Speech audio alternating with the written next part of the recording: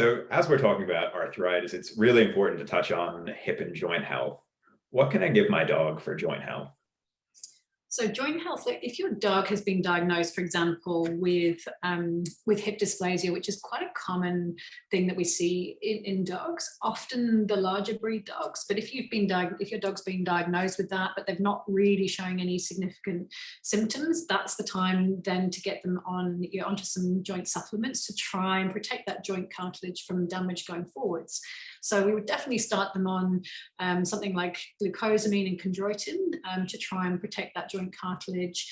And the other thing would be some kind of essential fatty acid supplement, so either fish oils or hemp seed oil, to increase their ability to reduce inflammation and sort of free radical scavenging in those joints, so you reduce the inflammation long term, and that slows down that onset of arthritis. So what helps with joint health for dogs?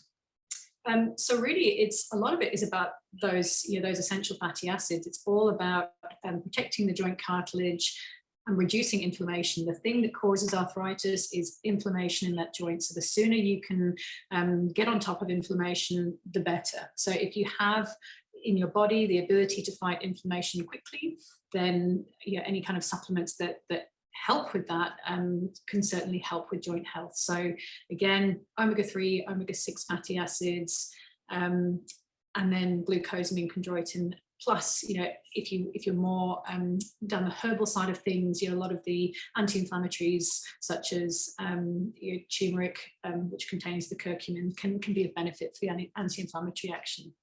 Yeah. So is there a certain age that you should start giving your dog supplements for joint health?